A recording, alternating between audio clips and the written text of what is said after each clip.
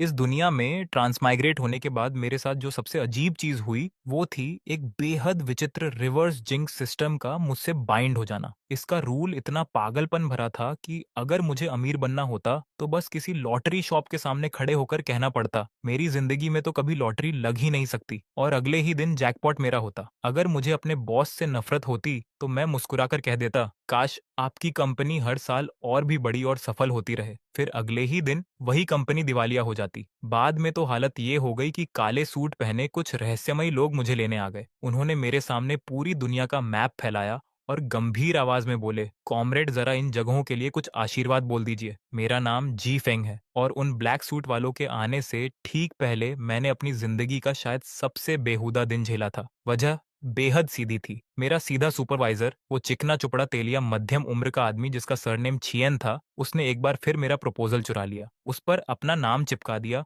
और पूरे कॉन्फिडेंस के साथ उसका सारा क्रेडिट खुद ले गया। और ये पहली बार नहीं था, ये तीसरी बार था। डिपार्टमेंट मीटिंग के दौरान वो मेरे खून पसीने से तैयार किए गए प्रोजेक्ट को हाथ में लहराते हुए इतनी जोश से प्रेजेंटेशन दे रहा था कि बोलते बोलते उसकी थूक तक कॉन्फ्रेंस टेबल पर उड़ रही थी। मेरे सामने बैठी मेरी कोवर्कर लिन फे फे बार बार मेरी तरफ देखकर ताने भरी मुस्कान फेंक रही थी। वो तो कब की सुपरवाइजर की सबसे वफादार चमची बन चुकी थी और मेरी जिंदगी मुश्किल बनाने का एक भी मौका नहीं छोड़ती थी। मीटिंग के बीच सुपरवाइजर ने मुस्कुराते हुए कहा, इस प्रोजेक्ट में फेफे का भी बहुत बड़ा योगदान है। आजकल के यंग लोग सच में कमाल के आइडियाज लेकर आते हैं। अपने फेवरेट एम्प्लॉय की तारीफ करना वो कैसे भूल सकता था। लिन फेफे तुरंत खड़ी हो गई, हाथ हिलाकर झूठी विनम्रता दिखाने लगी, लेकिन उसकी आंखों में भरा घमंड साफ दिखाई दे रहा था। वो मुस्कुराकर बोली, ये सब आपकी शानदार लीडरशिप की वजह से है। मैं कमरे के एक कोने में चुपचाप बैठा था। चेहरे पर कोई भाव नहीं था, लेकिन अंदर गुस्सा ऐसे उबल रहा था जैसे किसी भी पल मेरा सिर फट जाएगा। मुझे इस रिवर्स जिंक्स सिस्टम से जुड़े हुए पूरा 1 महीना हो चुका था। लॉटरी का ग्रैंड प्राइज जीतने और बड़े घर में शिफ्ट होने के अलावा अब तक मुझे ये सिस्टम ज्यादा काम का नहीं लगा था। इसका रूल बेहद आसान था। जब भी मैं किसी बात को अपनी इच्छा, दुआ या मजबूत राय के रूप में कहता तो हकीकत ठीक उसके उलट होती, और वो भी पूरे 100% यकीन के साथ। स्टेज पर खड़े उन दोनों घिनौने चेहरों को देखते ही अचानक मेरे दिमाग में एक बेहद खतरनाक ख्याल आया। मीटिंग खत्म हुई तो सुपरवाइजर सीना चौड़ा करके अपने ऑफिस की तरफ चला गया और लिन फेफे बिल्कुल उसकी छोटी असिस्टेंट की तरह उसके पीछे पीछे चल पड़ी। मैं हाथ में पानी का गिलास लेकर आराम से उसके ऑफिस के सामने से गुजरा। दरवाजे पर रुककर मैंने चेहरे पर पूरी प्रोफेशनल मुस्कान सजाई और कहा, सुपरवाइजर बधाई हो। वो एक पल के लिए चौंक गया। शायद उसे उम्मीद नहीं थी कि मैं खुद आकर उसे कंग्रेचुलेट करूंगा। मैंने पूरे दिल से मुस्कुराते हुए कहा, अगर ये प्रोजेक्ट सफल हुआ तो आपकी तरक्की तय है। मैं दिल से दुआ करता हूँ कि आपकी कंपनी हर साल और भी बड़ी और सफल होती जाए और आपका करियर नई ऊंचाइयों को छूता रहे। मैंने हर शब्द पर जानबूझकर जोर दिया, मानो दिल की गहराइयों से दुआ दे रहा हूँ। उसके मोटे चेहरे पर चर्बी हंसी के साथ सिकुड़ गई। उसने बनावटी अपनापन दिखाते हुए मेरे कंधे पर हाथ रखा और बोला, शाओजिए ऐसे ही मेहनत करते रहो, मुझे तुमसे बहुत उम्मीदें हैं। उसके बगल में खड़ी लिन फेफे मुझे ऐसी नजरों से देख रही थी जैसे मैं कोई बेचारा मस्खरा हूं जो बॉस की चापलूसी करके फायदा उठाना चाहता है। मैं बिना कुछ बोले अपनी डेस्क पर वापस आ गया। फिर मेरी नजर लिन फेफे पर पड़ी। वो शीशे के सामने बैठकर मेकअप ठीक कर रही थी। साफ था कि शाम को सुपरवाइजर के साथ जश्न मनाने की तैयारी चल रही थी। मैं उसके पास गया, हल्की मुस्कान के साथ बोला, फेफे सच कहूं तो मुझे तुमसे बड़ी जलन होती है। तुम्हें इतना शानदार लीडर मिला है। तुम्हारा फ्यूचर तो बिल्कुल लिमिटलेस है। उम्मीद है आज रात तुम बहुत अच्छा एंजॉय करोगी। उसने आंखें घुमाई जैसे मैंने दुनिया का सबसे घटिया मजाक सुनाया हो। फिर व्यंग्य से बोली, मेरे लिए इतनी प्यारी ब्लेसिंग देने के लिए थैंक्स। मैंने बस हल्की सी मुस्कान दी और वापस अपनी सीट पर आकर सामान समेटना शुरू कर दिया, क्योंकि मुझे पहले ही पता था कि अब इस कंपनी में मेरा रुकना नामुमकिन है। अगली सुबह मेरी नींद भी पूरी नहीं खुली थी कि फोन जोर जोर से बजने लगा। कॉल मेरे पुराने कोवर्कर की थी और उसकी आवाज में ऐसा सदमा था जिसे छिपाना नामुमकिन था। जी फेंग, बहुत बड़ा कांड हो गया। कंपनी बर्बाद हो गई, पूरी तरह बैंकरप्ट। मैंने उनींदी आंखें मलते हुए फोन कान पर लगाया, लेकिन मुझे जरा भी हैरानी नहीं हुई। पता चला कि मेरा सुपरवाइजर काफी समय से कंपनी के पैसे गबन कर रहा था और कुछ सीनियर एग्जीक्यूटिव्स के साथ मिलकर फाइनेंशियल रिकॉर्ड्स में बड़े स्तर पर हेराफेरी कर रहा था। पिछली रात सेलिब्रेशन डिनर में वो इतनी बुरी तरह नशे में धुत हो गया कि उसने खुद ही सारे राजर उगल दिए। वहां मौजूद एक बिजनेस पार्टनर ने तुरंत पुलिस को फोन कर दिया और कुछ ही देर में उन सबको रंगे हाथों गिरफ्तार कर लिया गया। उधर लेन फे फे बैंकेट के बाद सुपरवाइजर को घर छोड़ने जा रही थी। रास्ते में एक बिल्ली को बचाने के चक्कर में उसने गाड़ी सीधा ट्रैफिक आइलैंड पर चढ़ा दी। कार कई बार पलटी और अब वो हॉस्पिटल के बिस्तर पर पड़ी थी। फोन रखने के बाद मैं खिड़की के बाहर फैले चमकीले नीले आसमान को कुछ देर तक देखता रहा। पहली बार मुझे महसूस हुआ कि ये रिवर्स जिंक्स सिस्टम उतना बेकार भी नहीं था जितना मैं समझता था। लेकिन मैं उस पल का मजा ठीक से ले भी नहीं पाया था कि डोरबेल बज उठी। मुझे लगा शायद फूड डिलीवरी आई होगी। मैं वैसे ही पजामास पहनकर दरवाजा खोलने चला गया। दरवाजा खुलते ही सामने 3 आदमी खड़े थे। तीनों ने परफेक्टली फिटेड काले सूट पहन रखे थे। उनके चेहरे बर्फ की तरह ठंडे थे और उनकी मौजूदगी से निकलने वाला दबाव ऐसा था कि सांस लेना तक मुश्किल लग रहा था। सबसे आगे खड़ा आदमी लंबा, तेज नैन नक्श वाला था और उसकी आंखें किसी शिकारी बाज की तरह पैनी थीं। उसने मेरी तरफ एक पहचान पत्र बढ़ाया जिसे मैं पढ़ नहीं पाया, लेकिन न जाने क्यों उसे देखते ही महसूस हो गया कि ये कोई बेहद महत्वपूर्ण पहचान थी। उसने ठंडी आवाज में कहा, मिस्टर जीफेंग, हम national special incident response department से हैं। आपको हमारी इन्वेस्टिगेशन में सहयोग करना होगा। उसकी बात सुनते ही मेरा दिमाग पूरी तरह सुन्न पड़ गया। आखिर मेरी ये छोटी सी अजीब हालत सरकार तक कैसे पहुंच गई? वो लोग मुझे अपने साथ एक काली लिमुजीन में बिठाकर ऐसी जगह ले गए जिसका नाम किसी भी मैप पर मौजूद नहीं था। वो जगह किसी बेहद हाई सिक्योरिटी रिसर्च फैसिलिटी जैसी दिख रही थी, जहां यूनिफॉर्म पहने सिक्योरिटी पर्सनल और सफेद लैब कोट में साइंटिस्ट हर तरफ भाग दौड़ कर रहे थे। मुझे एक बिल्कुल सादे इंटेरोगेशन रूम में ले जाया गया, जहां सिर्फ एक धातु की मेज और 2 कुर्सियां थीं। टीम का लीडर मेरे सामने बैठ गया। उसका नाम शेन जुए था। उसने बिना एक शब्द बोले मेरे सामने मोटी फाइल्स का ढेर सरका दिया। पहली फाइल में मेरे जन्म से लेकर आज तक की पूरी जिंदगी का रिकॉर्ड था। दूसरी में उस लॉटरी टिकट की फोटोकॉपी थी जिसने मुझे 5 मिलियन युआन जिताए थे। तीसरी में मेरी पुरानी कंपनी के दिवालिया होने की पूरी न्यूज रिपोर्ट लगी थी। शंजुए ने बिना किसी भावना के शांत आवाज में कहा, जी फेंग, उम्र 24 साल, 1 महीने पहले अचानक तुम्हारे बैंक अकाउंट में 5 मिलियन युआन आए। 2 दिन पहले जिस कंपनी में तुम काम करते थे उसके सभी सीनियर एग्जीक्यूटिव सामूहिक फाइनेंशियल क्राइम्स की वजह से पकड़े गए और कंपनी रातों रात ढह गई। हमने दोनों मामलों की जांच की और दोनों की हर कड़ी आकर तुम पर ही खत्म होती है। उसकी बात सुनकर मैंने मुश्किल से एक घूंट निगला। मेरी हथेलियों में धीरे धीरे पसीना भरने लगा। मैं हकलाते हुए बोला, मुझे समझ नहीं आ रहा आप क्या कह रहे हैं। फिर भी मैंने आखिरी बार सब कुछ नकारने की बेबस कोशिश की। मेरी बात सुनकर शन जू के होंठों के कोने पर एक अजीब सी मुस्कान उभरी। फिर उसने धीमी आवाज में कहा, मिस्टर शेन यू, मेरे साथ चलिए। ये नाम सुनते ही मेरे पूरे शरीर का खून जैसे जम गया। उसे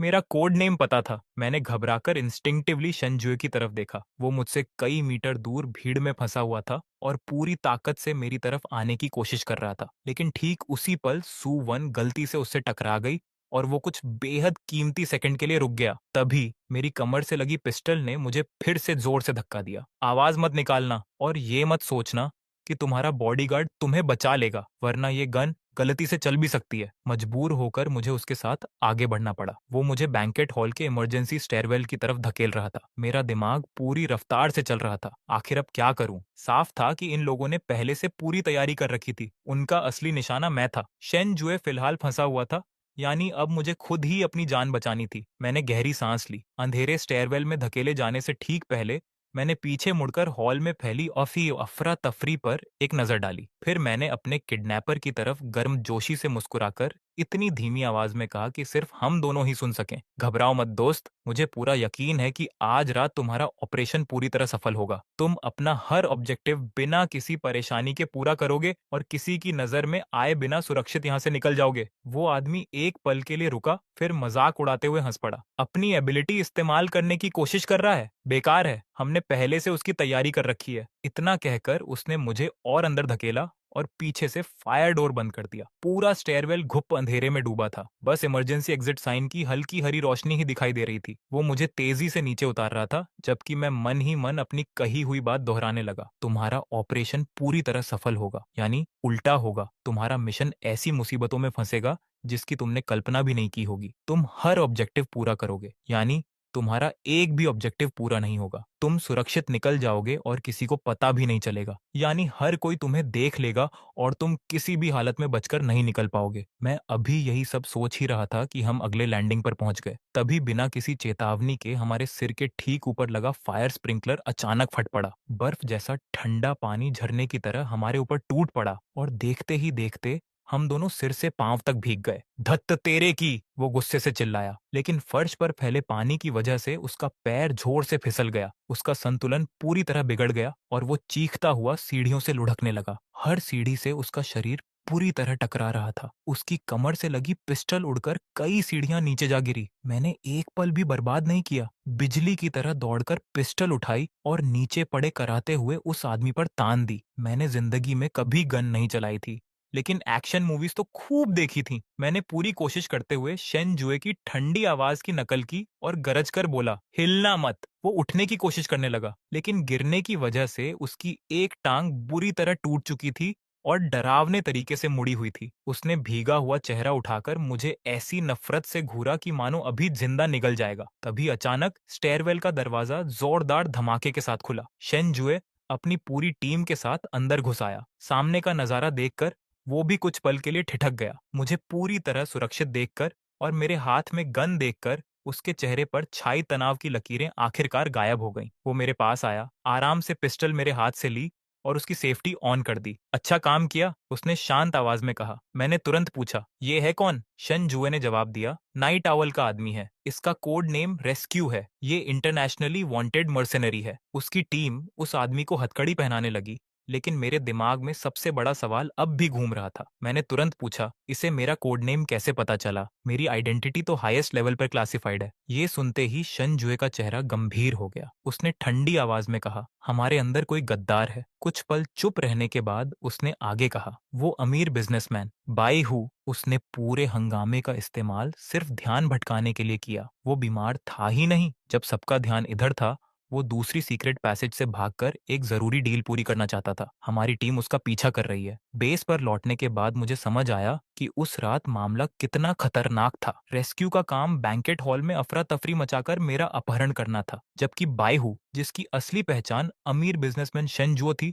दूसरी सीक्रेट पैसेज से भागकर अपना बड़ा ट्रांजैक्शन पूरा करना चाहता था। लेकिन मेरी एक साधारण सी ब्लेसिंग ने शुरू से आखिर तक उनकी पूरी प्लानिंग तहस नहस कर दी। होटल का फायर स्प्रिंकलर सिस्टम बिना किसी वजह के खराब हो गया, जिससे रेस्क्यू पूरी तरह भीग गया। उसी के साथ फायर अलार्म बज उठा और पूरे बिल्डिंग का इमरजेंसी सिक्योरिटी सिस्टम एक्टिवेट हो गया। देखते ही देखते हर एग्जिट सील हो गया। दूसरी तरफ अंडरग्राउंड पार्किंग में शेन जो को निकालने के लिए जो गाड़ी तैयार खड़ी थी, उसमें अचानक इलेक्ट्रिकल शॉर्ट सर्किट हो गया और पूरी गाड़ी आग की लपटों में घिर गई। धुएं से खांसता हुआ और कालिक से लथपथ शेन जो गराज से बाहर निकल भी नहीं पाया था कि हमारे एजेंट्स ने उसे दबोच लिया। उधर रेस्क्यू की हालत भी कम मजेदार नहीं थी। उसकी टांग टूट गई थी और उसे हल्का कंकशन भी हो गया। सबसे हंसी की बात तो ये थी कि इस मिशन के लिए उसने दुनिया के सबसे महंगे एंटी स्लिप कॉम्बैट बूट्स खरीदे थे और फिर भी पानी में फिसलकर ऐसा गिरा कि खुद उठ भी नहीं पाया। ये सब देखने के बाद टास्क फोर्स के लोगों की नजरें बदल चुकी थीं। पहले वो मेरा सम्मान करते थे,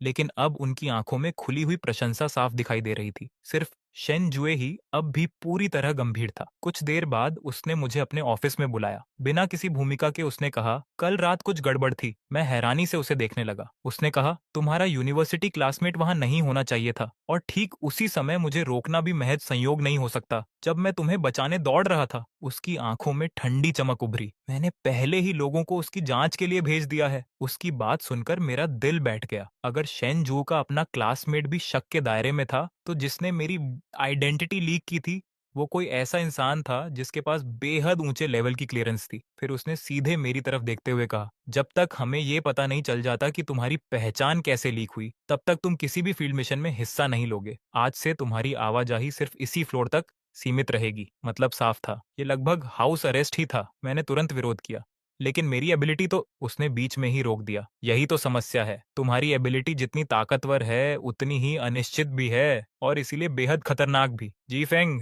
ये कोई मजाक नहीं है। अब उनकी नजर सीधे तुम पर है। उसकी आवाज में ऐसा अधिकार था कि मैं आगे कुछ कह ही नहीं पाया। मैं जानता था कि वो सिर्फ मेरी सुरक्षा चाहता है। अगले कई दिन मेरी जिंदगी किसी आलीशान जेल से कम नहीं थी। रोज अच्छा खाना, आराम से सोना और कभी कभी रिसर्चर्स का मुझ पर छोटे मोटे एक्सपेरिमेंट करना। एक रिसर्चर तो एक दिन मेरे पास गमले में लगा पोथोस प्लांट लेकर आया और बोला कि मैं उसे ब्लेसिंग दूं ताकि वो खूब हरा भरा होकर बढ़े। मैंने दुआ दी और फिर हम सब ने मिलकर देखा कि वो बेचारा पौधा धीरे धीरे सूखने लगा। दूसरी तरफ शेन जुए लगातार व्यस्त था, कभी रेस्क्यू से पूछताछ करता तो कभी उस गद्दार की तलाश में लगा रहता। इसीलिए कई दिनों तक हमारी मुलाकात ही नहीं हुई। पूरे एक हफ्ते बाद वो आखिरकार फिर मेरे सामने आया, लेकिन इस बार उसके चेहरे का भाव पहले से भी कहीं ज्यादा भारी था। उसने मेरी आंखों में देखते हुए सिर्फ 4 शब्द कहे, रेस्क्यू मर चुका है। मेरा दिल एकदम कसकर सिकुड़ गया। वो मरा कैसे? मैंने घबराकर पूछा। शैन जुए ने भारी आवाज में जवाब दिया, पूछताछ के दौरान अचानक सेरिब्रल हेमोरेज हुआ, हम उसे बचा नहीं पाए। उसकी आवाज पहले से कहीं ज्यादा थकी हुई और भारी लग रही थी। किसी ने उसका मुंह हमेशा के लिए बंद कर दिया।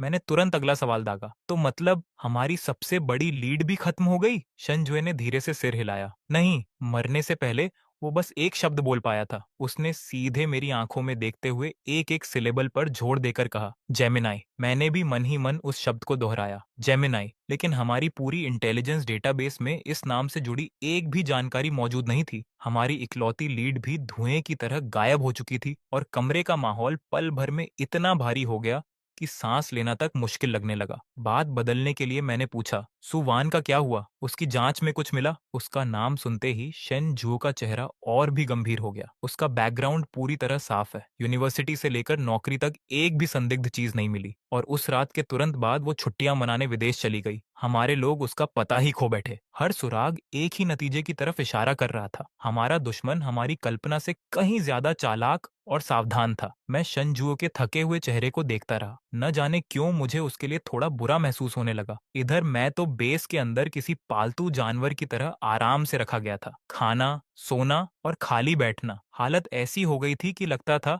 अब मेरे ऊपर काई उगाएगी। लेकिन दूसरी तरफ शनजुए हर गुजरते दिन के साथ और ज्यादा ज्यादा थका हुआ दिखाई देने लगा। उसकी आंखों के नीचे काले घेरे लगातार गहरे होते जा रहे थे। वजह भी साफ थी, एक अदृश्य दुश्मन जो अंधेरे में छिपा बैठा था और दूसरा हमारी अपनी ऑर्गेनाइजेशन के अंदर छिपा गद्दार। दोनों किसी लटकती तलवार की तरह हर वक्त सबके सिर पर मंडरा रहे थे। एक रात मुझे बिल्कुल नींद नहीं आ रही थी। मैं पानी लेने निकला तो रास्ते में सेंट्रल इंटेलिजेंस रूम के सामने से गुजरा। अंदर अब भी लाइट जल रही थी। शीशे के पार मैंने देखा शेन जुए अकेला विशाल स्क्रीन के सामने बैठा था, जहां अनगिनत डेटा और रिपोर्ट्स लगातार चल रही थीं। पता नहीं क्यों उस पल उसकी अकेली पीठ देखकर मेरे दिल में अजीब सी कसक उठी। बिना ज्यादा सोचे मैंने दरवाजा खोला और अंदर चला गया। उसने पीछे मुड़कर भी नहीं देखा, बस शांत आवाज में बोला, अभी तक जाग रहे हो? जैसे उसे पहले से ही पता था कि मैं आ चुका हूँ। मैंने उसके पास जाकर कहा, नींद नहीं आ रही थी, कोई प्रोग्रेस? उसने सिर हिलाया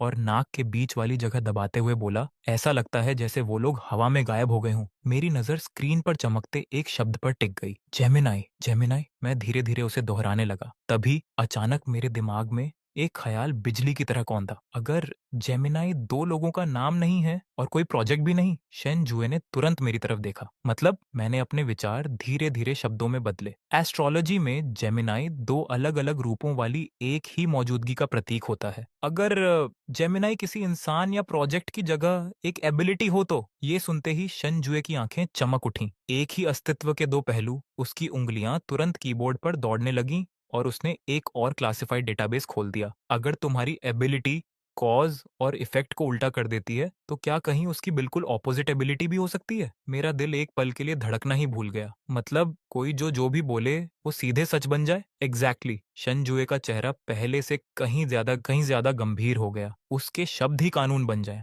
वर्ड्स बिकम रियलिटी। उसकी बात सुनकर मेरी रीढ़ में ठंडी लहर दौड़ गई। अगर सच में ऐसा कोई इंसान मौजूद था तो वो मुझसे 100 गुना ज्यादा ज्यादा खतरनाक था। मेरी रिवर्स जिंक्स तबाही तो मचा सकती थी, लेकिन सब कुछ उल्टा करके उसका नतीजा हमेशा अनिश्चित और बेकाबू होता था। लेकिन अगर किसी के शब्द सीधे हकीकत बन जाते हों तो वो पूरी दुनिया को अपनी इच्छा के हिसाब से मोड़ सकता था। बिल्कुल सटीक, पूरी तरह नियंत्रित और लगभग अजेय। एक एबिलिटी दुनिया बनाती, दूसरी उसे उलट देती। क्या यही एक ही अस्तित्व के 2 असली हिस्से नहीं थे? अगर नाइट आउल या उनके पीछे छिपे लोग सच में ऐसे किसी इंसान को अपने साथ रखते थे तो आगे क्या होने वाला था, ये सोचने की भी मेरी हिम्मत नहीं हुई। शायद मेरे चेहरे का डर शेन जुई ने पढ़ लिया था। उसने शांत आवाज में कहा, फिलहाल ये सिर्फ एक थ्योरी है, लेकिन हम दोनों जानते थे कि इस थ्योरी के सही होने की संभावना डराने वाली हद तक ज्यादा थी। तभी तो दुश्मन हर ऑपरेशन का पहले से अंदाजा लगा लेता था। तभी तो उन्हें मेरा कोड नेम भी पता था। अगर कोई सिर्फ बोलकर हकीकत बदल सकता है तो उसे इंटेलिजेंस रिपोर्ट्स की जरूरत ही क्या।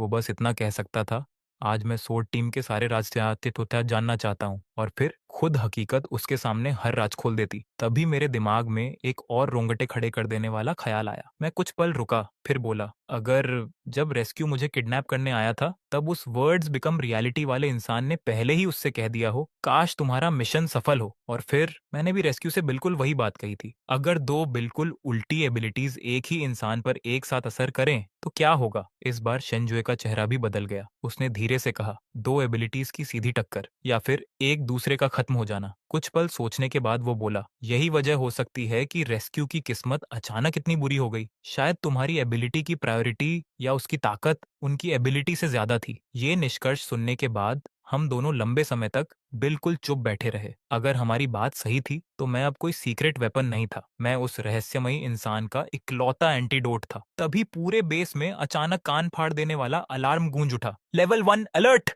अगले ही पल एक रिसर्चर लगभग गिरता पड़ता कमरे के अंदर घुसा। उसका चेहरा कागज की तरह सफेद पड़ चुका था। वो हांफते हुए चिल्लाया, कैप्टन शेन, बहुत बड़ी मुसीबत हो गई।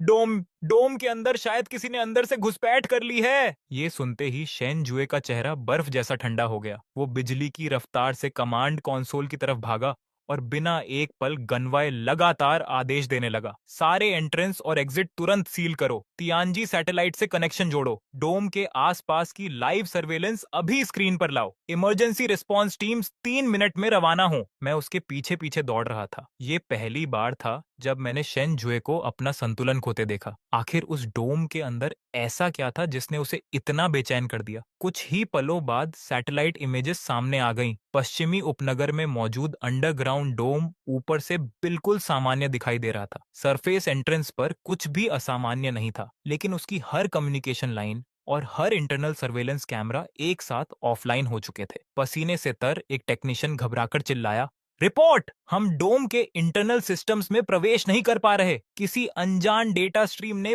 पूरा फायरवॉल लॉक कर दिया है। पता नहीं क्यों जवाब मेरे मुंह से खुद ब खुद निकल गया, ये उसी ने किया है। कमरे में मौजूद हर इंसान मेरी तरफ देखने लगा। मैंने गहरी सांस लेकर कहा, जिसके पास वर्ड्स बिकम रियलिटी एबिलिटी है, शायद उसने सिर्फ इतना कहा होगा, मैं चाहता हूं कि डोम का डिफेंस सिस्टम मेरे लिए खुल जाए। शेनजुए भी शायद इसी नतीजे पर पहुंच चुका था। उसने गुस्से में अपनी मुट्ठी इतनी जोर से कंट्रोल पैनल पर मारी कि पूरी मेज कांप उठी। आखिर उन्हें चाहिए क्या। तभी एक बुजुर्ग साइंटिस्ट को जल्दी जल्दी कमांड रूम में लाया गया। मॉनिटर देखते ही उसके होंठ कांपने लगे। दर्द भरी आवाज में उसने कहा, डोम के अंदर मौजूद वॉल्ट 3 में पानगु प्रोजेक्ट के सारे ओरिजिनल रिकॉर्ड्स और उसके सभी कोर मॉड्यूल्स रखे हुए हैं। मैंने हैरानी से पूछा, पानगु प्रोजेक्ट। बूढ़े साइंटिस्ट की आवाज दर्द से भर गई। एक ऐसा प्रोजेक्ट जो पूरी दुनिया की एनर्जी स्ट्रक्चर को हमेशा के लिए बदल सकता है। अगर उसकी जानकारी गलत लोगों के हाथ लग गई तो उसके नतीजे पूरी दुनिया के लिए कल्पना से भी परे होंगे। हालात अब पूरी तरह काबू से बाहर जा चुके थे।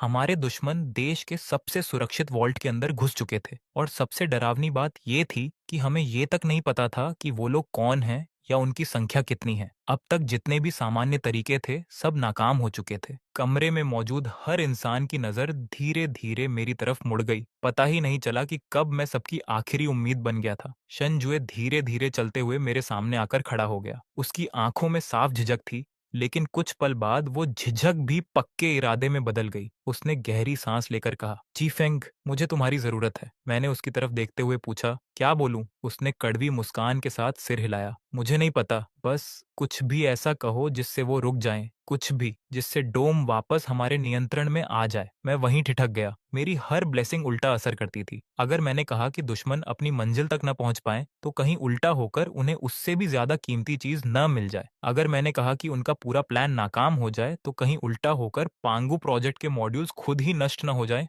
और उससे भी बड़ा हादसा ना हो जाए। मेरी एबिलिटी पूरी तरह रैंडम थी, उस पर मेरा कोई कंट्रोल नहीं था, और इतने बड़े मामले में जरा सी रैंडमनेस भी पूरी दुनिया के लिए जानलेवा साबित हो सकती थी। तभी अचानक मेरे दिमाग में बिजली की तरह एक ख्याल आया, नहीं, एक चीज है जिस पर यकीन किया जा सकता है। शनजुए ने तुरंत पूछा, क्या। मैंने उसकी आंखों में देखते हुए धीरे से कहा, अगर मैं ब्लेसिंग खुद को दूं तो। वो उलझन में पड़ गया, इसीलिए मैंने आगे समझाया, मान लो मैं पूरे दिल से ये कहूं कि आज जैसे ही मैं बाहर निकलूं मुझे कोई कार टक्कर मार दे और मेरी टांग टूट जाए, तब क्या होगा? शेनजुए कुछ पल के लिए बिल्कुल चुप रह गया। मैंने अपनी बात आगे बढ़ाई। सिस्टम को उस नतीजे को उलटना पड़ेगा, यानी अगर मुझे कार से बचाना है तो उसे वो हर वजह खत्म करनी होगी जिसकी वजह से मुझे बाहर जाना पड़े। जैसे इस पूरे संकट को जितनी जल्दी हो सके खत्म कर देना, ताकि मुझे बाहर निकलने की जरूरत ही ना पड़े। जितना मैं इस बारे में सोच रहा था, उतना ही ये तरीका सही लगने लगा। मानो मैं खुद हकीकत के नियमों में कोई लूपहोल ढूंढ चुका था। अपनी ही जिंदगी पर एक खतरनाक उल्टा शाप लगाकर उससे कहीं बड़े घटनाक्रम को मोड़ने की कोशिश। शनजुए की आंखों में उम्मीद की हल्की चमक आई, लेकिन अगले ही पल गायब भी हो गई। उसने गंभीर आवाज में कहा, यह बहुत खतरनाक है। अगर सिस्टम ने तुम्हें बाहर जाने से रोकने का सबसे आसान तरीका यही समझा कि तुम्हें बेहोश कर दे या तुम्हारा दिल ही रोक दे, तब तुम अपनी जान की बाजी लगा रहे हो। मैंने बिना नजर हटाए उससे पूछा, क्या हमारे पास कोई और रास्ता है? वो चुप हो गया। जवाब हम दोनों जानते थे, नहीं, कोई दूसरा रास्ता नहीं था। मैंने गहरी सांस ली, कमांड रूम में मौजूद हर तनाव भरे लेकिन उम्मीद से भरे चेहरे पर एक नजर डाली, फिर धीरे धीरे अपनी आंखें बंद कर ली। जिंदगी में शायद पहली बार मैंने इतनी सच्चाई से खुद से कहा, मैं जीफेंग पूरे दिल से चाहता हूँ कि आज मैं पूरी तरह सुरक्षित रहूं, हर काम बिल्कुल सही तरीके से हो, मेरी हर इच्छा पूरी हो, और जैसे ही मैं बाहर निकलूं मुझे रास्ते में ढेर सारे पैसे मिल जाएं। एक ही वाक्य में 3 ब्लेसिंग्स, सुरक्षित रहना, सब कुछ सही होना और बाहर पैसे मिलना। उल्टा होने पर इसका मतलब था मुसीबत, लगातार बदकिस्मती और आर्थिक नुकसान। अब सब कुछ इस बात पर निर्भर था कि सिस्टम इन उल्टी ब्लेसिंग्स को पूरा करने के लिए कौन सा रास्ता चुनता है। जैसे ही आखिरी शब्द मेरे मुंह से निकला, मेरी आंखों के सामने अचानक अंधेरा छा गया और मैं वहीं बेहोश होकर गिर पड़ा। जब मेरी आंख खुली तो मैंने खुद को बेस के मेडिकल रूम में पाया। मेरे हाथ में आईवी ड्रिप लगी हुई थी और उसके पास चुपचाप कुर्सी पर शेनजुए बैठा था। जैसे ही उसने मुझे होश में आते देखा, उसके चेहरे पर छाया तनाव थोड़ा कम हुआ। उसने शांत आवाज में कहा, तुम पूरे 3 घंटे तक बेहोश रहे। मैं तुरंत उठकर बैठ गया। डोम का क्या हुआ? मैंने बेचैनी से पूछा। शेनजुए ने मुझे ऐसे देखा जैसे उसे अभी तक यकीन ही ना हो रहा हो। तुम्हारे बेहोश होते ही डोम का बैकअप पावर सिस्टम अचानक अपने आप चालू हो गया। मैंने हैरानी से पूछा, बैकअप पावर? उसने सिर हिलाया। हाँ, एक पूरी तरह अलग सिस्टम जो मुख्य नेटवर्क से फिजिकल सेपरेशन के जरिए अलग रखा गया था। सच कहूं तो हम खुद भूल चुके थे कि ऐसा कोई सिस्टम मौजूद भी है। 30 साल पहले जब प्रोजेक्ट शुरू हुआ था, तब एक बूढ़े इंजीनियर ने जिद करके इसे इंस्टॉल करवाया था। उसे डर था कि कभी भविष्य में कोई सुपर हैकर भी आ सकता है। शेनजुए खुद भी अविश्वास से सिर हिलाने लगा। जैसे ही बैकअप सिस्टम एक्टिवेट हुआ, डोम के अंदर की सारी पैसेजेस अपने आप सील हो गईं और पूरे अंदर हाई कॉन्सेंट्रेशन एनेस्थेटिक गैस छोड़ दी गई। हर एक घुसपैठिया जिंदा पकड़ा गया, एक भी नहीं बच पाया। उन्होंने इतनी मेहनत से डोम में घुसपैठ की और आखिर में एक ऐसे बैकअप प्लान में फंस गए जिसे दशकों से कोई याद तक नहीं करता था। वो कुछ पल रुका, फिर हल्की हंसी के साथ बोला, जानते हो ये सब एक्टिवेट किसने किया? मैं उसे देखता रह गया। उसने जवाब दिया, एक चूहे ने। मैं पलकें झपकाता रह गया। मेन पावर कंट्रोल रूम के अंदर एक चूहे ने बिजली की केबल कुतर दी। उससे पूरा प्राइमरी सिस्टम शॉर्ट सर्किट हो गया और वही सारी कंडीशंस पूरी हो गईं जिनकी वजह से बैकअप सिस्टम अपने आप चालू हो गया। उसकी बात किसी परिकथा से भी ज्यादा अविश्वसनीय लग रही थी। एक अकेले चूहे ने हमारे देश का सबसे बड़ा रहस्य बचा लिया। उसी पल मुझे सब समझ में आ गया। मेरी ब्लेसिंग कि मैं सुरक्षित रहूं और सब कुछ ठीक हो दे, सिस्टम ने उसे सबसे अजीब तरीके से उल्टा किया था। मुझे बदकिस्मती देने के लिए उसने सबसे आसान रास्ता चुना। लो ब्लड शुगर की वजह से मुझे बेहोश कर दिया और साथ ही ताकि मुझे बेस से बाहर जाने की कोई जरूरत ही न पड़े, उसने डोम की पूरी समस्या को ऐसी पागलपन भरी घटनाओं की कड़ी से हल कर दिया जिसकी कल्पना कोई नहीं कर सकता था। यही मेरी एबिलिटी की असली ताकत थी। उल्टे कॉज एंड इफेक्ट का एक ऐसा नियम जो पूरी तरह अराजक और तर्क से परे था। मैंने तुरंत पूछा, तो उन घुसपैठियों से कुछ पता चला? शेनजुए ने सिर हिलाया। नहीं, उनमें से कोई भी जिंदा नहीं बचा। सबके सब रेस्क्यू की तरह सुसाइड ऑपरेटिव्स थे। बोलने से पहले मर जाना उन्हें ज्यादा मंजूर था। फिर उसने आगे कहा, लेकिन उनके कम्युनिकेशन डिवाइसेस की जांच करते वक्त हमें एक एन्क्रिप्टेड ऑडियो फाइल मिली। उसने टैबलेट खोला और रिकॉर्डिंग चला दी। उसमें सिर्फ एक आवाज थी, एक महिला की आवाज, ठंडी, बेहद शालीन और अपने ऊपर अटूट भरोसे से भरी हुई। मिशन असफल हो गया है, जेमिनाई के फाइनल फेज की तैयारी शुरू करो। वो आवाज सुनते ही ऐसा लगा जैसे मेरे शरीर का सारा खून एक पल में जम गया हो। वो सु वन की आवाज थी, कोई शक नहीं था। वही थी, वही व्हाइट बर्ड, जेमिनाई का दूसरा हिस्सा, और वही औरत जिसके पास वर्ड्स बिकम रियलिटी वाली एबिलिटी थी। मैंने खुद को संभालते हुए पूछा, फाइनल फेज से उसका क्या मतलब है? शन जू का चेहरा पहले की तरह गंभीर ही रहा। हमने जितने लोगों को पकड़ा, किसी को भी इसका मतलब नहीं पता। बस एक बात पता चली है, कल ईस्ट चाइना सी में एक क्रूज शिप पर सुवान, यानी कोड नेम व्हाइट बर्ड, खुद आने वाली है। वहां उसकी नाइट आउल के सुप्रीम लीडर से आखिरी ट्रांजैक्शन होगी। उसकी आंखें तलवार की तरह तेज हो गईं। उसे जिंदा पकड़ने का यही हमारा आखिरी मौका है। मैं तुरंत समझ गया कि वो क्या कहना चाहता था। अगर सु वन को गिरफ्तार करना था, तो वहां किसी ऐसे इंसान का होना जरूरी था जो उसकी एबिलिटी का मुकाबला कर सके, और वो इंसान सिर्फ मैं था। मैंने बिना एक पल सोचे कहा, मैं भी चलूंगा, लेकिन शन जुए ने उसी पल सख्ती से इनकार कर दिया। नहीं, ये बहुत खतरनाक है। हमें उसकी एबिलिटी के बारे में लगभग कुछ भी नहीं पता। अगर हम सीधे उसके सामने गए तो मैं तुम्हारी सुरक्षा की जरा भी गारंटी नहीं दे सकता। मैंने उसकी आंखों में सीधे देखते हुए शांत लेकिन दृढ़ आवाज में कहा, शन जुए, जिस दिन तुम मुझे इस ऑर्गेनाइजेशन में लेकर आए थे, उसी दिन मेरी जिंदगी से सुरक्षा नाम की चीज खत्म हो गई थी। वो व्हाइट बर्ड है और मैं क्रो। हमारी किस्मत में शुरू से ही एक दूसरे का दुश्मन बनना लिखा था। अब ये सवाल नहीं है कि तुम मुझे बचा पाओगे या नहीं, ये मेरी तकदीर है। मेरी बात सुनकर शन जुए चुप हो गया। वो काफी देर तक बिना कुछ बोले मुझे देखता रहा। उसकी आंखों की गहराई में कई ऐसे जज्बात उभर रहे थे जिन्हें मैं समझ नहीं पा रहा था। बहुत देर बाद उसने आखिरकार हल्का सा सिर हिला दिया। अगले दिन ईस्ट चाइना सी में खड़ा आलीशान क्रूज शिप पोसाइडोन अपनी यात्रा शुरू करने की तैयारी कर रहा था। मैं और शेनजुए दो पुराने दोस्तों के रूप में छुट्टियां मनाने आए यात्रियों का भेष बनाकर जहाज पर चढ़ गए। इंटेलिजेंस के मुताबिक सु वन की मुलाकात नाइट आउल के लीडर से सबसे ऊपर वाले डेक के वीआईपी स्वीट में होने वाली थी। हमारी टीम पहले ही क्रू मेंबर्स और पैसेंजर्स बनकर पूरे जहाज में फैल चुकी थी। धीरे धीरे पूरे क्रूज के चारों तरफ एक अदृश्य जाल बुना जा चुका था, और मैं उस जाल का आखिरी ट्रम्प कार्ड था। क्रूज धीरे धीरे बंदरगाह छोड़कर खुले समंदर की तरफ बढ़ने लगा। समुद्री हवा अपने साथ नमक की खुशबू लेकर चल रही थी। मैं डेक पर खड़ा दूर उस जगह को देख रहा था जहां समुद्र और आसमान एक दूसरे से मिलते हुए लग रहे थे, लेकिन पता नहीं क्यों मेरे दिल में ठंड बढ़ती ही जा रही थी। तभी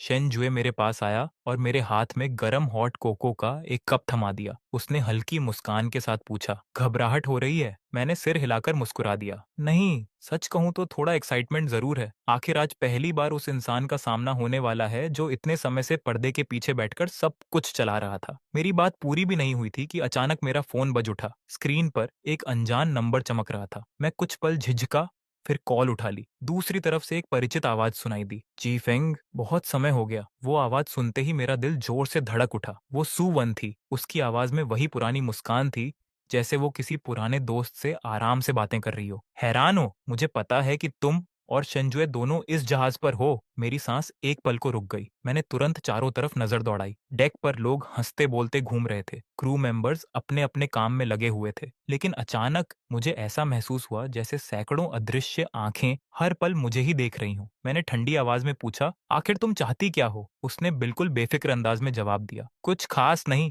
बस गेम शुरू होने से पहले तुमसे थोड़ी बातें करनी थी। उसकी आवाज में जरा भी तनाव नहीं था। फिर वो हल्का सा हंसी और बोली, जानते हो, मुझे हमेशा तुमसे जलन होती थी। मैंने भौहें सिकोड़ ली। मुझसे? आखिर किस बात की? उसने मुस्कुराकर कहा, तुम्हारी एबिलिटी से। वो अनस्टेबल है, लेकिन हर बार कुछ न कुछ शानदार सरप्राइज देती है। मेरी एबिलिटी तो बड़ी बोरिंग है, जो चाहती हूँ वही हो जाता है। उसकी बात सुनकर ऐसा लगा जैसे वो घमंड भी कर रही हो और तारीफ भी। मैंने उसकी बातों पर ध्यान न देकर सीधा असली सवाल पूछा, जेमिनाई का फाइनल फेज आखिर है क्या? दूसरी तरफ कुछ सेकंड तक पूरी खामोशी रही। फिर सु वन धीरे से हंसी, बहुत जल्द खुद ही पता चल जाएगा। अपनी आखिरी यात्रा का मजा लेना मेरे दूसरे आधे। इतना कहकर उसने कॉल काट दी। मैंने तुरंत उसकी कही हर बात शनजो को बता दी। सब सुनने के बाद उसके चेहरे का रंग उड़ गया। उसने दांत भींचते हुए कहा, उसे पहले से हमारे पूरे प्लान का पता था। हम जानते थे कि जैसे ही जहाज इंटरनेशनल वाटर्स में पहुंचेगा, हमारे पास कानूनी कार्रवाई का अधिकार खत्म हो जाएगा। सु वन ने हर चीज पहले से सोच रखी थी। वो खुले समुद्र में डील पूरी करके हमेशा के लिए गायब होना चाहती थी। शन जुए ने बिना देर किए फैसला लिया। अब और इंतजार नहीं कर सकते, अभी एक्शन लेना होगा। उसने तुरंत ईयरपीस में आदेश दिया, सभी यूनिट्स ध्यान दें, टॉप डेक के वीआईपी स्वीट पर ब्रीच करने की तैयारी करो। लेकिन उसका आदेश पूरा भी नहीं हुआ था कि अचानक क्रूज के इंजन्स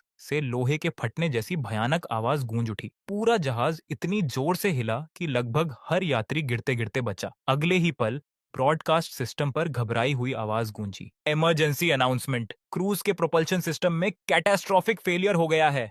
हमारा जहाज अब पूरी तरह कंट्रोल से बाहर है। देखते ही देखते हजारों पैसेंजर्स में अफरा तफरी मच गई। मैंने और शेन जुए ने एक दूसरे की तरफ देखा। हमारी आंखों में एक ही डर साफ दिखाई दे रहा था, वर्ड्स बिकम रियलिटी। सु वन ने फिर अपनी एबिलिटी इस्तेमाल कर दी थी। सिर्फ एक वाक्य बोलकर उसने इस विशाल क्रूज शिप को समंदर के बीच तैरता हुआ लोहे का ताबूत बना दिया था। उसका इरादा साफ था, हम सबको इसी जहाज पर फंसाकर मरने देना। शन जुए ने दांत भींचे, मेरा हाथ पकड़ा और पूरी ताकत से टॉप डेक की तरफ दौड़ पड़ा। अगर ये जहाज डूब भी गया तब भी मैं उसे गिरफ्तार करके ही रहूंगा। कुछ ही पलों में हम वीआईपी स्वीट के बाहर पहुंच गए, जहां असॉल्ट टीम पहले से तैयार खड़ी थी। प्रीच! एक जोरदार धमाके के साथ दरवाजा उड़ गया और पूरी टीम अंदर घुस गई। लेकिन कमरा पूरी तरह खाली था, वहां सिर्फ एक लैपटॉप मेज पर रखा था। अचानक उसकी स्क्रीन अपने आप जल उठी। उस पर सु वन का मुस्कुराता हुआ चेहरा दिखाई दिया। उसके होठों पर वही जहरीली मुस्कान थी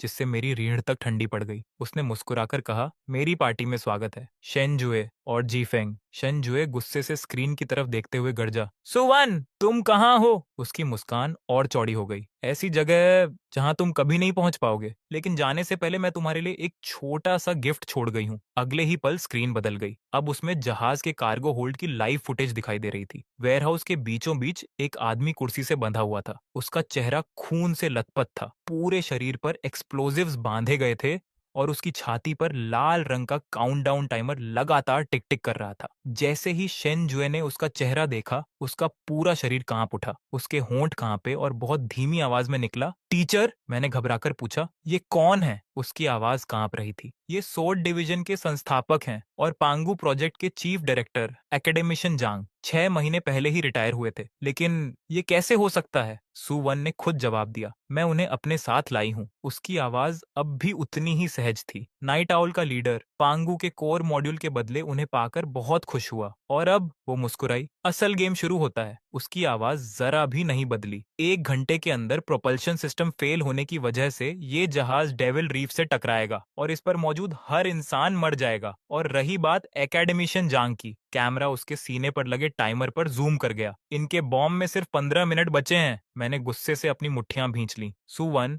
मुस्कुराकर बोली, अब तुम्हारे पास सिर्फ एक चॉइस है, या तो हजारों पैसेंजर्स को बचाओ या फिर इस एक बूढ़े इंसान की जान। उसकी हंसी किसी जहरीली तलवार से भी ज्यादा ज्यादा खतरनाक लग रही थी। फिर उसने जैसे याद आने का नाटक करते हुए कहा, ओह हाँ, एक बात और, इस बॉम्ब की वायरिंग थोड़ी खास है। इसे सिर्फ दुनिया का सबसे बेहतरीन बॉम्ब डिस्पोजल एक्सपर्ट ही निष्क्रिय कर सकता है। और मेरी जानकारी के मुताबिक, उसने जानबूझकर थोड़ा रुककर कहा, इस जहाज पर ऐसा कोई नहीं है। फिर उसकी नजर सीधी कैमरा में टिक गई। शेन जुए, मैं हमेशा सोचती थी, तुम्हारे जैसा इंसान जो नियमों और लोगों की जान को सबसे ऊपर रखता है, आखिर ऐसी स्थिति में कौन सा फैसला करेगा? इतना कहकर स्क्रीन पूरी तरह काली हो गई। शन जुए की आंखें गुस्से से लाल हो चुकी थीं। एक तरफ हजारों मासूम यात्रियों की जिंदगी थी, दूसरी तरफ उसका गुरु, देश का अनमोल वैज्ञानिक। ये ऐसा फैसला था जिसमें कोई सही जवाब था ही नहीं। लेकिन हैरानी की बात यह थी कि अगले ही पल उसने खुद को पूरी तरह संभाल लिया। उसने गहरी सांस लेकर कहा, हम अलग अलग चलते हैं। मैं कार्गो होल्ड जाता हूँ, तुम प्रोपल्शन सिस्टम को वापस चालू करने का कोई रास्ता ढूंढो। एक बार फिर उसने अपनी सारी उम्मीद मेरी एबिलिटी पर रख दी थी। मैंने बिना झिझक सिर हिलाया, समझ गया। मैंने एक पल भी बर्बाद नहीं किया। तुरंत मुड़कर पूरी रफ्तार से कैप्टन्स ब्रिज की तरफ दौड़ पड़ा। मेरे पास सिर्फ 15 मिनट थे, नहीं, अब तो 15 मिनट से भी कम। ब्रिज पर पहुंचते ही सामने अफरा तफरी का नजारा था। कैप्टन और इंजीनियर्स दर्जनों बंद पड़े इंस्ट्रूमेंट्स के सामने बिल्कुल बेबस खड़े थे। मैंने जोर से चिल्लाकर कहा, हटो, और सबको किनारे करके सीधे मेन कंट्रोल कंसोल के सामने आ खड़ा हुआ। मेरा दिमाग पूरी स्पीड से काम कर रहा था। अगर मैं दुआ करूं कि प्रोपल्शन सिस्टम अभी के अभी ठीक हो जाए, तो उल्टा होकर शायद वो और भी ज्यादा खराब हो जाएगा। लेकिन अगर मैं कहूं कि ये जहाज कभी ठीक ही ना हो पाए, तो कहीं सिस्टम हमेशा के लिए उसे खराब करने का सबसे आसान तरीका जहाज को डुबोना ही ना समझ ले। हर सेकंड मेरी उंगलियों से रेत की तरह फिसल रहा था। दिल इतनी तेज धड़क रहा था कि उसकी आवाज मेरे कानों में गूंज रही थी। तभी अचानक मेरे दिमाग में एक ऐसा आइडिया आया जिसे शायद सिर्फ मेरे जैसा पागल इंसान ही सोच सकता था। मैंने कंट्रोल पैनल को घूरा, आंखें बंद की और पूरी ताकत से चिल्लाया, मैं पूरे दिल से चाहता हूं कि ये पूरा प्रोपल्शन सिस्टम अभी की अभी ऐसी चीज बन जाए जिसे मैं आसानी से समझ सकूं। जैसे ही मेरी बात खत्म हुई, एक चमत्कार हो गया। पूरे कंट्रोल पैनल में बिजली सी दौड़ गई। अनगिनत बटन्स, गेजेस और जटिल डिस्प्लेस एक साथ टिमटिमाने लगे। अगले ही पल पूरा पैनल बदल गया। विशाल कंट्रोल कंसोल एकदम किसी विंडोज डेस्कटॉप में बदल चुका था। स्क्रीन के बीचों बीच एक बहुत बड़ा पावर बटन चमक रहा था और उसके बगल में रंग बिरंगा ट्रबल शूटिंग विजर्ड खुशी खुशी मैसेज दिखा रहा था। Hi there, your cruise ship's propulsion system has encountered a tiny problem, please click here for one click repair. पूरे ब्रिज पर सन्नाटा छा गया। वहां मौजूद हर इंसान मुंह खोले इस नामुमकिन नजारे को देख रहा था। मैंने बिना देर किए दौड़कर उस विशाल वन क्लिक रिपेयर वाले बटन पर जोर से हाथ मार दिया। स्क्रीन पर तुरंत प्रोग्रेस बार दिखाई देने लगी। System repair in progress, estimated completion time 1 minute, please wait patiently, in the meantime why not enjoy a relaxing game of minesweeper। मैं बेबस होकर बस आंखें झपकाता रह गया। कभी कभी ये रिवर्स जिंक्स सिस्टम इतनी बेहुदा शरारत करता था कि सच में उसका एक घूंसा मारने का मन करता था। ठीक 1 मिनट बाद प्रोग्रेस बार 100% पर पहुंच गई। स्क्रीन पर बड़े बड़े अक्षरों में लिखा आया, repair complete, have a pleasant voyage. अगले ही पल जहाज के इंजन जोरदार गर्जना के साथ फिर से चालू हो गए। पूरा जहाज जो अब तक बुरी तरह कांप रहा था, अचानक स्थिर हो गया। कैप्टन की आंखों में खुशी के आंसू आ गए। वो लगभग चिल्लाते हुए बोला, इंजन्स वापस चल पड़े, भगवान की कसम, इंजन्स वापस आ गए। आधी मुसीबत खत्म हो चुकी थी। मैंने तुरंत ईयरपीस के जरिए शेनजू से संपर्क किया। प्रोपल्शन सिस्टम ठीक हो गया? उधर क्या हाल है? दूसरी तरफ से सिर्फ उसकी भारी सांसें सुनाई दे रही थी और उनके बीच बॉम्ब की लगातार चलती टिक टिक। फिर उसकी टूटी हुई आवाज आई, नहीं, मुझसे नहीं होगा। बॉम्ब की अंदरूनी बनावट बहुत जटिल है, मैं इसे डिफ्यूज नहीं कर सकता। मैंने घड़ी देखी, 5 मिनट से भी कम बचे थे। मैं पूरी ताकत से चिल्लाया, शेनजुए, ध्यान से सुनो, अभी इसी वक्त उस बॉम्ब को देखकर बोलो, मैं चाहता हूं कि तुम कभी फटो ही मत। वो कुछ पल चुप रह गया, फिर बोला, जी फंग, मजाक करने का ये समय नहीं है। मैंने लगभग गरजते हुए जवाब दिया, मैं मजाक नहीं कर रहा, ये आदेश है। मैंने गहरी सांस ली और जितनी जल्दी हो सके समझाने लगा, मेरी एबिलिटी कॉज एंड इफेक्ट को उल्टा कर देती है, लेकिन सुवान की एबिलिटी उसके शब्दों को सीधी हकीकत बना देती है। उसने पहले ही तय कर दिया कि ये बॉम्ब 15 मिनट बाद फटेगा। वो एक फिक्स्ड कॉजल लॉ बन चुका है। किसी आम इंसान की दुआ उसे बदल नहीं सकती। लेकिन तुम अलग हो। मैंने मुश्किल से लाड़ निकली, इतने समय से तुम लगातार मेरे साथ रहे हो। मेरी एबिलिटी का असर धीरे धीरे तुम पर भी पड़ा है। रिसर्चर्स से हमने रास्ते में इसी संभावना पर बात की थी, बिल्कुल रेडिएशन की तरह। अगर कोई लंबे समय तक इसके पास रहे तो उसके अंदर भी इसका थोड़ा बहुत असर रह जाता है। तुम्हारी इच्छा उसकी एबिलिटी में दखल दे सकती है। दोनों कॉजल लॉज आपस में टकराएंगे और बॉम्ब की किस्मत पूरी तरह केओस में बदल जाएगी। आखिर में मैं लगभग चीख पड़ा, रिस्क लो शेनजुए, अभी। दूसरी तरफ सन्नाटा छा गया। सिर्फ काउंटडाउन की टिक टिक सुनाई दे रही थी। 1 मिनट 30 सेकंड। ऐसा लग रहा था जैसे रेडियो के उस पार से उसकी धड़कनें तक सुनाई दे रही हूँ। आखिरकार उसने धीरे से कहा, ठीक है। अगले ही पल उसने पूरी ताकत से बॉम्ब पर चिल्लाकर कहा, मैं चाहता हूं कि तुम हरगिज कभी भी मत फटना। फिर बस टिक टिक बची, टिक टिक टिक। 10, 9, 8। मेरा दिल गले तक आ चुका था। 3, 2, 1, 0। लेकिन कोई धमाका नहीं हुआ। रेडियो पर पूरी खामोशी छा गई। मेरे हाथ कांपने लगे। मैंने घबराकर पुकारा, शेनजुए। कई दर्दनाक सेकंड बाद उसकी भारी आवाज वापस सुनाई दी, ये रुक गया। उसने कांपती सांस ली। टाइमर जैसे ही 0 पर पहुंचा वहीं जम गया। डिस्प्ले अब भी वो टीमान नजरों पर अटका हुआ है। हम कामयाब हो चुके थे। एक अनिश्चित उलटी कॉजालिटी और एक पूर्ण वास्तविकता आपस में टकराई थी और दोनों ने मिलकर खुद कॉजेलिटी को ही कुछ समय के लिए ठप कर दिया था। मैंने तुरंत पूछा, सुवान कहाँ है? उसकी आवाज फिर बर्फ जैसी ठंडी हो गई। भाग गई। जहाज के पीछे वाली एक स्पीड बोट गायब है। मैं धीरे धीरे ब्रिज की खिड़की तक गया और दूर फैले समंदर को देखने लगा। फिर मेरे होंठों पर हल्की मुस्कान आ गई। वो ज्यादा दूर नहीं जाएगी। दूर उठती लहरों को देखते हुए मैंने धीमी आवाज में कहा, क्या शानदार मौसम है, नाव की सैर के लिए बिल्कुल परफेक्ट। मिस सुवान, तुम्हारी यात्रा बहुत सफल हो और तुम्हारा भविष्य बहुत उज्जवल हो। करीब आधे घंटे बाद रेस्क्यू हेलीकॉप्टर्स को डेविल रीफ के पास एक उलटी पड़ी हुई स्पीडबोट मिली। बर्फ जैसे ठंडे समुद्र में लकड़ी के एक टूटे हुए टुकड़े को कस कर पकड़े सुवान कांप रही थी। रेस्क्यू टीम के मुताबिक जैसे ही वो स्पीडबोट लेकर भागी, अचानक कहीं से कैटेगरी 10 का भयानक तूफान पैदा हो गया। काले बादल पूरे आसमान पर छा गए, आसमान बिजली से गूंज उठा, विशाल लहरें उठी और एक ही लहर ने उसकी स्पीडबोट को पल भर में पलट दिया। जब उसे पानी से बाहर निकाला गया तो उसकी आंखों की चमक पूरी तरह गायब हो चुकी थी। वो बस एक ही बात बार बार बड़बड़ा रही थी, नामुमकिन, मेरी एबिलिटी, ये नामुमकिन है। मैं मन ही मन मुस्कुरा उठा। तुम्हारी एबिलिटी दुनिया को तुम्हारी बात मानने पर मजबूर करती है और मेरी एबिलिटी दुनिया से ठीक उसका उल्टा करवाती है। और जब ये दोनों नियम आपस में टकराते हैं तब इस दुनिया पर सिर्फ